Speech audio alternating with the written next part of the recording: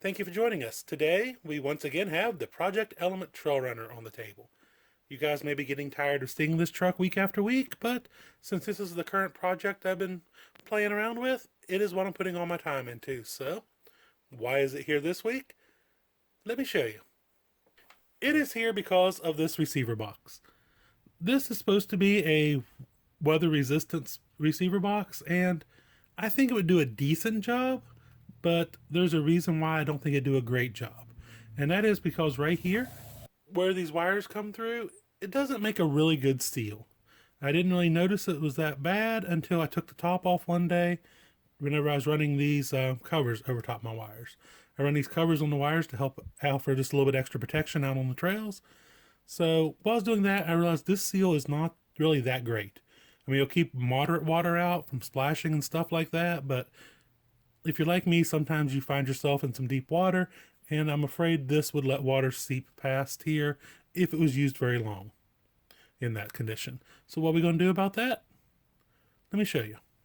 We're going to remove the stock receiver box and replace it with this Traxxas unit. This is from their TRX 4s, and I think it'll do a great job here. I've not actually used this box itself per se before, but I have used the ones from the Slashes, and they work amazing. I ran Ugly Duckling before with a Traxxas receiver box under a foot of water. Completely submerged, the whole truck a foot deep underwater.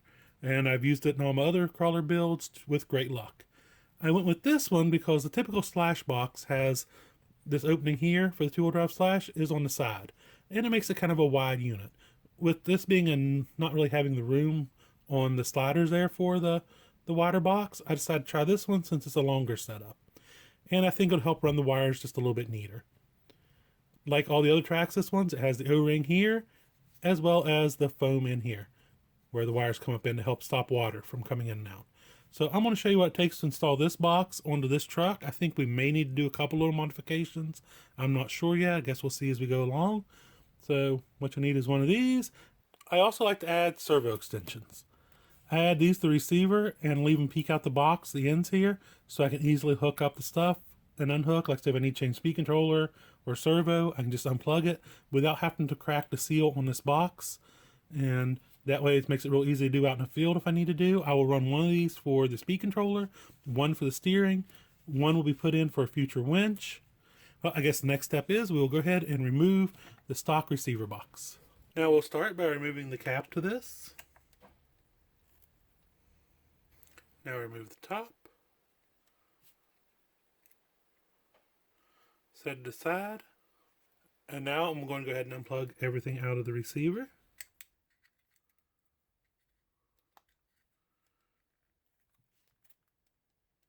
And then pull out the seal so I can get these wires out. And this is why I don't trust this seal. Let me see if I can get it here where I can show you here in my hand.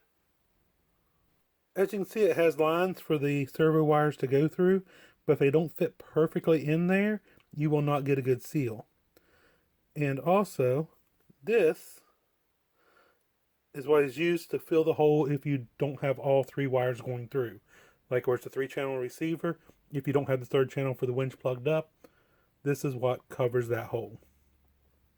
And all of these pieces right here are actually kind of a pain to get to sit correctly in that box. So I think it'd be very easy for water to get past it. I could be wrong, but I'm not going to take that chance and a little bit of water ruin my day.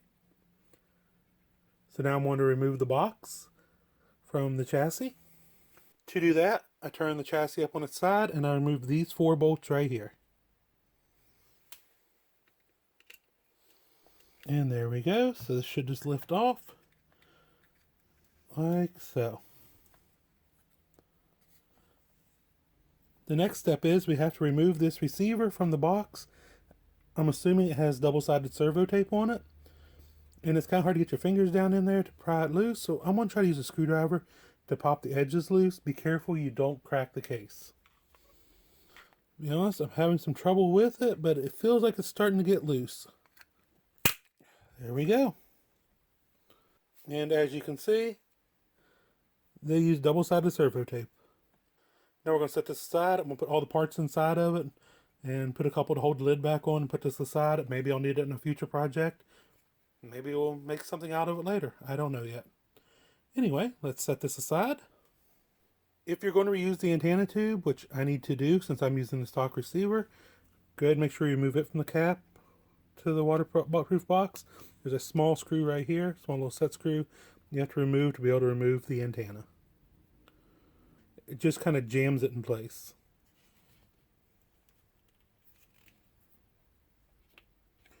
And I'd go ahead and put the set screw back in there.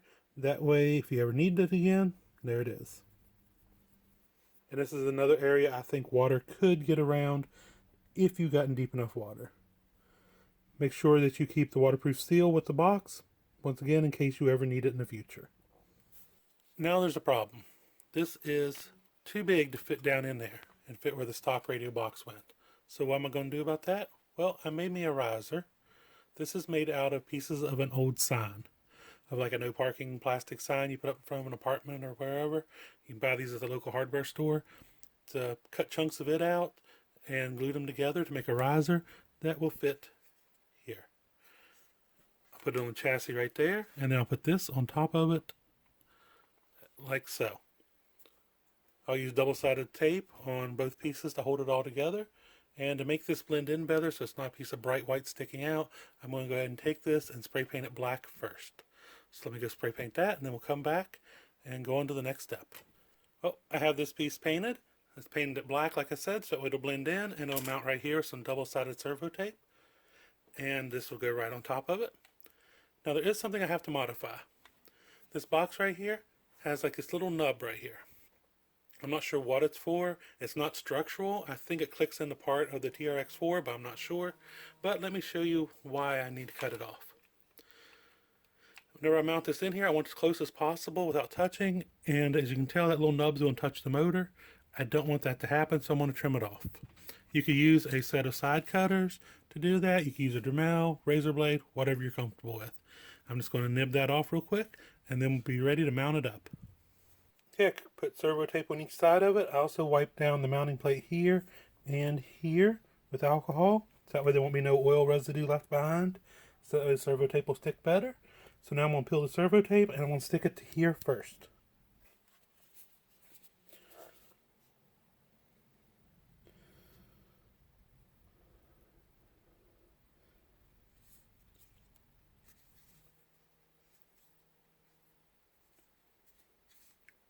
Like so. Now just do a little test fitting, make sure everything still works the way I want it to. Perfect.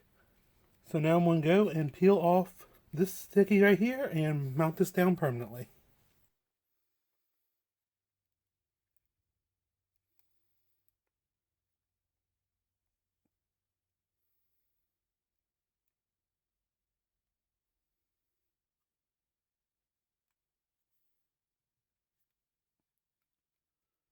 Press it down.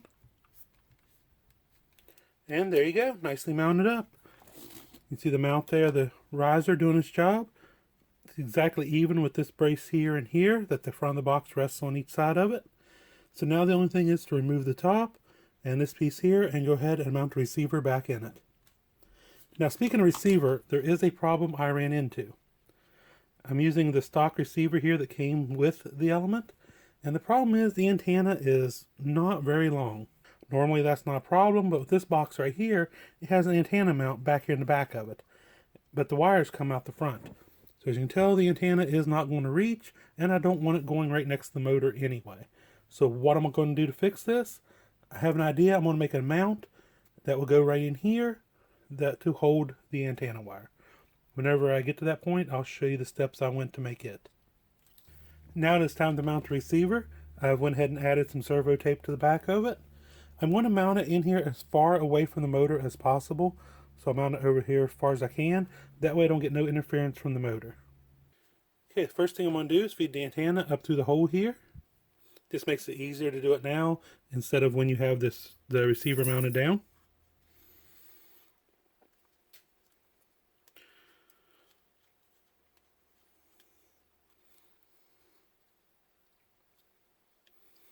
And now I will mount the receiver down inside the box.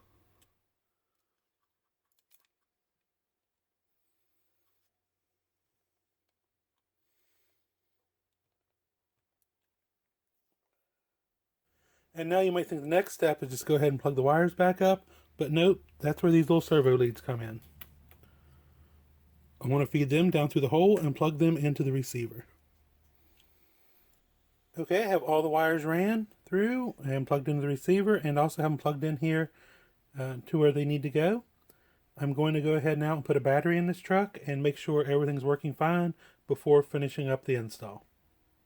Okay, I got the battery in. The lights came on the bumper, so that's a good sign. Let's see what happens here. Steering works. Throttle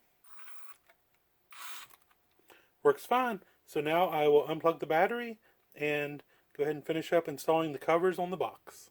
Okay, now to reinstall the covers. First thing though, make sure you get this O-ring put in. Do not forget this O-ring. It is very, very important. You can coat this O-ring with a little bit of light grease if you wish, which will help keep water out even more. On this truck right here, I don't plan on taking this one in water. This one will be like light scale stream crossings and such. So I don't plan on going overboard, but I know it can happen. But this seal should be adequate for the amount of water I plan on seeing. If I ever find myself knowing I'm going to go somewhere with a lot of water, or I put a better, higher quality receiver in here, I will then definitely put grease on this O-ring. But make sure it sits down in the little track, because you don't want it getting pinched anywhere when you put the lid on.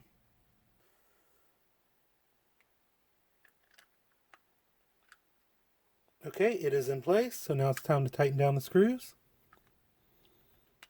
You want to get all the screws tightened a little bit, like at least lightly snug down, before you really tighten them. If you tighten one down while the other two are completely loose, you can warp the lid, and that will give you a bad seal, and that defeats the purpose of the box. Okay, now we can tighten them down. You do not want to over tighten these, you just want them very snug. Once you have it tightened down, look around it and make sure that the O-ring nowhere is pressed out of the casing. Make sure it stayed in place while you tightened it down. Okay, now it's time to put this cap on. But first you gotta make sure that your servo wires are fed down through here. There's these little gaps here that the wires need to go through. Make sure they are through them. Otherwise you can pinch a wire and damage it, or make the seal not happen, or both.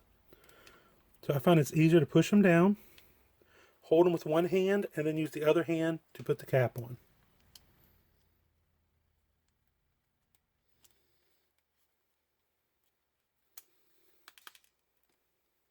There we go. Now we'll just tighten it down and call it good. And now we need to take care of this little antenna. I mean, we could just take and zip tie it here and call it good, but let's protect it a little bit. How are we going to do that? Well, we have this tube left over, so let's use it. But we need a mount for it. For the mount, I plan on using this old servo mount. What I want to do with it is put it right here in this hole. I'm going to mount it right in there, about like so. So the tube can mount in it and hold the wire. If you notice, it has a hole going all the way through it, so it's perfect for the antenna tube, but the hole is a bit small for the actual tube itself to go into. So what do? I'm just going to take a drill and drill this out a little bit until the antenna tube fits snugly. I'm going to start with smaller bits and work my way up so I don't go too big all at once. Let me go take care of that. I'm not going to drill all the way through it either. I'm only going to drill about 3/4. I got the antenna tube mounted into the servo mount, so I drilled that hole about halfway through. I did put a couple drops of glue on the outside, just to kind of hold it in place, and now we need to mount it to the chassis. I'm going to use this screw right here. I'm going to take, this is one of the screws out of the old radio box, so I'm going to take it and feed it right up through that hole.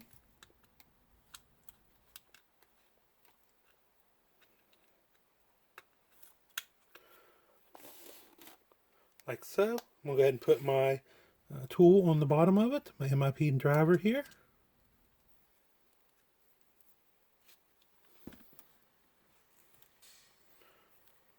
And now I'm going to take this and put it down on top of that screw and tighten it down.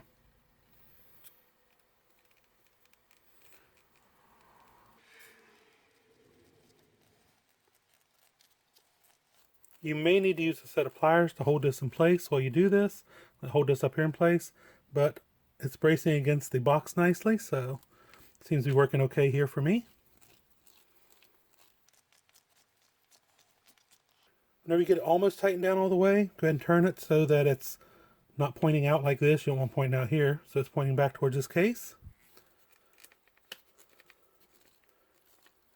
And tighten it down the rest of the way. And that's how you make an antenna mount if you don't happen to have one. You can, if you need to, if it's pointed out in the way, you could heat it up lightly with a hairdryer and bend it so it faces inward a little bit more. But I think I'm going to be fine with it there. So I'm going to go ahead and take my antenna now and feed it through into that tube. Just keep pushing it in. This antenna is a little stiff, so you may have to fight it just a little bit.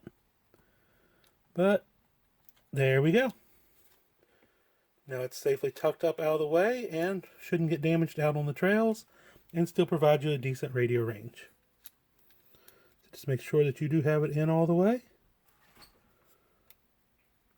Now all there is to do is hook the wires back up and neaten them up so they're safely up out of the way.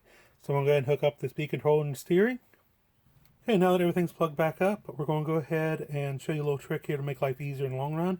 I'm going to label each one of these plugs.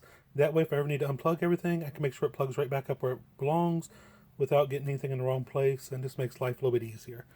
So I'm going to start with this down here. I'm going to label it with a W because eventually it will go to the winch.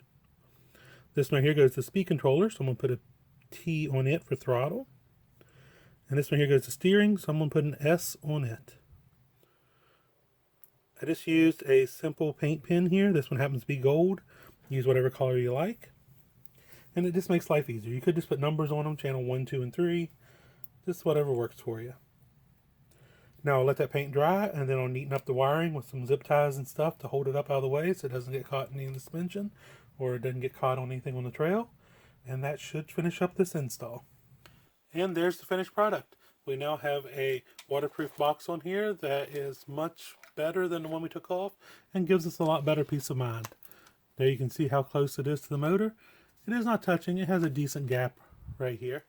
It's just kind of hard to see there.